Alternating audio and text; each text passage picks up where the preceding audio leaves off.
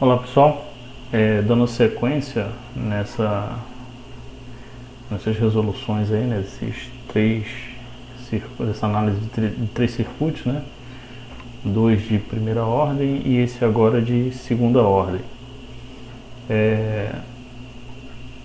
Para quem está assistindo esse vídeo a primeira vez, não assistiu os outros, meu nome é Ângelo e eu já apresentei dois vídeos, né, anteriores a esse, né, resolvendo também algumas questões aí do livro do David Johnson de circuitos elétricos. E esse aqui é o exercício, né, da questão 9.3, né?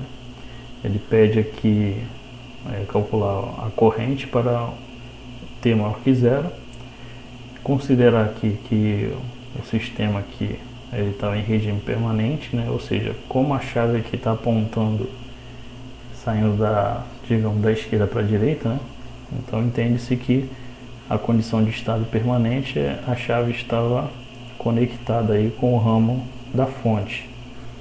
E no instante t igual a zero ela comuta, né, para a terra aqui, né, considerando aqui esse ponto como nó de referência.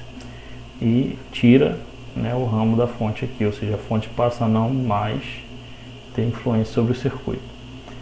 No primeiro momento, quando se olha um circuito como esse aqui, né, onde só tem indutor e resistor, pode-se equivocadamente o aluno pensar que esse circuito é um circuito de primeira ordem, né, um circuito RL. No entanto, isso não é possível, né, de ser um circuito de primeira ordem, olhando dessa forma, porque é o seguinte: quando o circuito não permite, né, tornar os elementos, né, armazenadores de energia em um único elemento equivalente, né, ou seja, no caso aqui tem dois indutores. Se o circuito não me permite aqui fazer uma associação com esses dois elementos aqui de forma que resulte em um equivalente, então esse circuito ele não é um circuito de primeira ordem, né? Então, se a gente observa aqui, né, esse indutor, nós não podemos dizer que ele está nem em série nem em paralelo com esse indutor aqui, né? Isso é só um detalhe. Então, como sempre, né, eu oriento, antes mesmo de começar a querer pensar que tipo de cálculo vai usar, redesenhar o circuito e olhar para o circuito na condição inicial que é dada pelo problema. E a condição inicial é que quando a fonte de tensão aqui está conectada ao circuito, o circuito está na condição de regime permanente. O que isso quer dizer? Que os indutores eles se carregaram, e se eles se carregaram, eles estão se comportando como uma chave fechada, devido ao fato de ser alimentado aqui por um circuito de corrente contínua. Então, analisando aqui o circuito, nós temos isso, ó, essa parte aqui, né, ela não pertence ao circuito nesse momento, e o circuito assume essa forma aqui. Então, dois parâmetros iniciais que são relevantes, né, de se conhecer é a corrente inicial nesse indutor e a corrente inicial nesse indutor. Esses valores vão servir aí de parâmetro para poder chegarmos no que o problema está pedindo, que é uma equação que modela o comportamento dessa corrente I. E aí, como já foi falado aí algumas vezes, né, aplicando aí os conceitos da lei dos nós, né, chegamos nessa equação, conseguimos aqui extrair a tensão desse nó aqui em relação a esse que eu estou considerando como nó de referência. Com base nessa informação, podemos aí obter os valores iniciais tanto da corrente I no instante 0 menos, né, e a corrente L no instante 0 menos. Só uns detalhes que lá na frente eu vou considerar isso, são os sentidos aqui das correntes, tá? Mais para frente eu falo o porquê disso. Então, nós temos aqui que a corrente inicial I é igual a 1 ampere e a corrente L inicial é 5 meios aqui, né?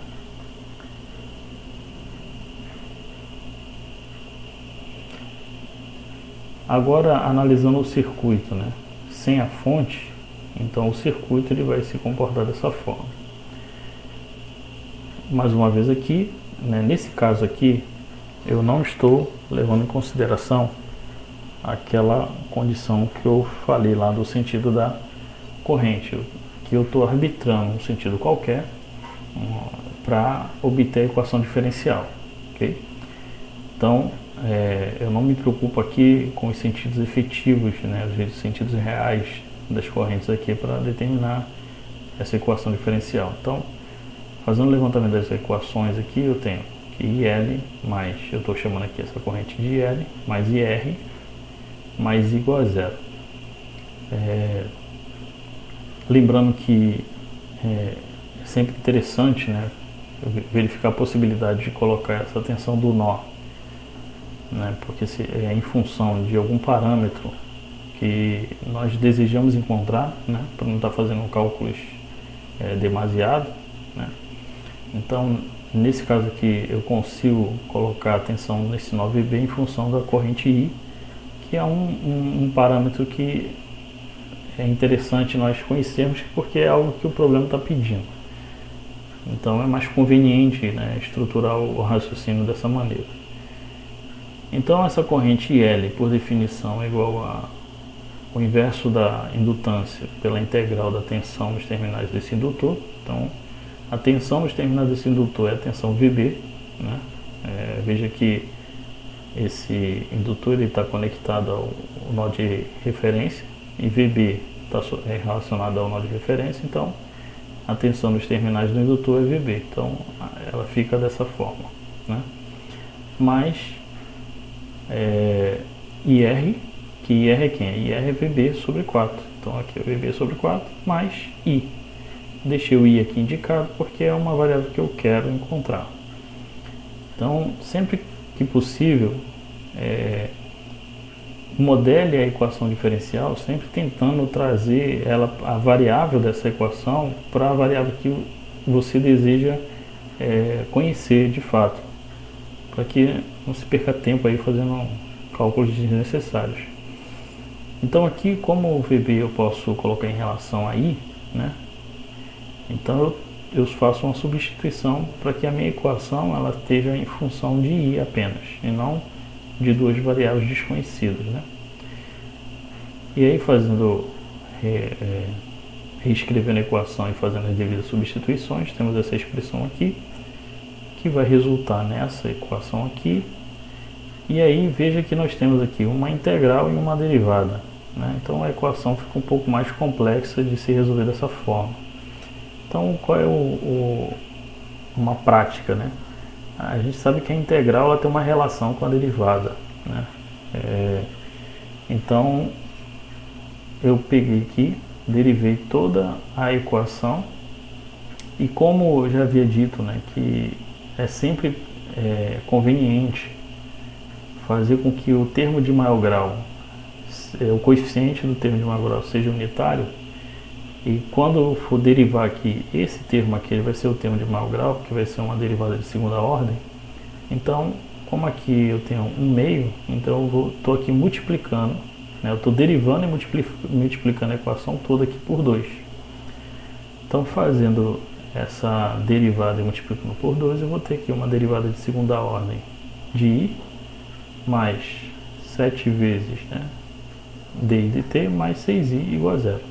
Então eu cheguei aqui numa equação diferencial de segunda ordem homogênea, né? E aí, para resolver essa equação diferencial homogênea, existe aí uma técnica, né, que é aplicada, onde é feito o uso aí, né, de uma equação característica, em que essa equação característica ela é uma equação de segundo grau. E aí fica muito mais fácil resolver uma equação de segundo grau do que uma equação diferencial, né? E esses valores, né, as raízes dessa equação serão que a gente chama de constante de amortecimento, né? E aí o que acontece? Aplicando aí a resolução aí, a equação de Bhaskara, temos aí o valor das raízes. Como as raízes são distintas, né? São distintas e reais, então para essa condição existe aí uma solução também característica para esse tipo de equação diferencial homogênea. Nessa condição, né, esse circuito é considerado como um circuito superamortecido, né, porque tem raízes reais e distintas, e aí a solução para essa corrente I, ela tem aí essa estrutura aqui, onde os números, né, que multiplicam aqui o tempo, né, a variável t, são as raízes da equação característica. Então, no caso, eu tenho aqui uma constante B1 vezes E elevado a menos R1t, né, eu poderia só botar aqui R1, né, para não confundir com o sinal, mais B2 é elevado a R2t. Então, como R1 é menos 1 e R2 é menos 6t, então a equação, né, que é solução, né, uma solução genérica para a corrente, né, dessa equação diferencial de segunda ordem, ela tem essa estrutura aqui. Só que nessa equação aqui nós temos uma equação com duas variáveis, né, que nós não conhecemos, que é B1 e B2. Então o sistema aqui é impossível de ser resolvido. Então nós temos que ter um artifício matemático que nos possibilite aí determinar quem é essas duas constantes. Então nós vamos aí criar uma nova equação. Só que essa nova equação nós vamos criar ela de uma forma da seguinte maneira, né? Nós vamos derivar, fazer uma derivada aqui dessa equação. E aí, fazendo essa derivada dessa equação I, nós vamos ter essa expressão aqui. Então, agora nós temos duas equações e temos duas variáveis, né, para ser conhecido. Para definir aqui essas duas constantes, é necessário conhecer as condições iniciais aí do circuito, dos valores, né? Na verdade, os valores iniciais dessas variáveis, né? Ou seja, conhecer o valor da corrente num instante t qualquer e também conhecer a taxa de variação dessa corrente nesse intervalo de tempo, né? Nesse tempo também. Então, normalmente nós usamos aqui, né, o tempo 0+, né, que é o tempo imediatamente após ocorrer o transitório, né, que foi ali o momento em que a chave foi aberta. No caso da corrente, nós já calculamos isso, né? Nós já vimos lá que a corrente no indutor, né, quando ele atingiu lá seu estado de permanente, esse indutor ele foi carregado com uma corrente de 1 A. Então, a minha corrente I0+ é igual a minha corrente I0-, que é igual a 1 A. Só para relembrar, o indutor ele não admite uma mudança abrupta, né, de corrente. Então, se ele estava carregado com 1 A, ao haver a variação, né, no circuito, essa corrente, imediatamente após a chave ser aberta, ela vai se manter 1 A. E é nesse instante que nós vamos analisar. E para que nós possamos determinar essa variável aqui, essa d e dt no instante 0+, nós vamos precisar aí conhecer alguns parâmetros. Por quê? A derivada da corrente ela está relacionada à tensão nesse indutor aqui. A tensão nesse indutor, por definição, não é V igual a L d I dt, né, como está aqui, ó. Então V é igual 2 vezes d I dt. Como nós queremos, né, a taxa de variação dessa corrente, então nós pegamos esse indutor, que é 2N, e jogamos aqui dividindo. Então, estruturando novamente a equação, fica assim, né? Nosso d I dt em 0+ é igual a V0+ sobre 2. Então nós temos agora que conhecer quem é esse V de 0 mais. Para isso, vamos precisar conhecer aqui alguns parâmetros aí imediatamente após a chave ser aberta, né? Então, para conhecer, como nós conhecemos aqui a corrente I de 0 mais, para conhecer o V0 eu preciso conhecer quem é VB. Para que nós conheçamos VB, uma vez que temos também aqui o valor da corrente IL de 0 mais,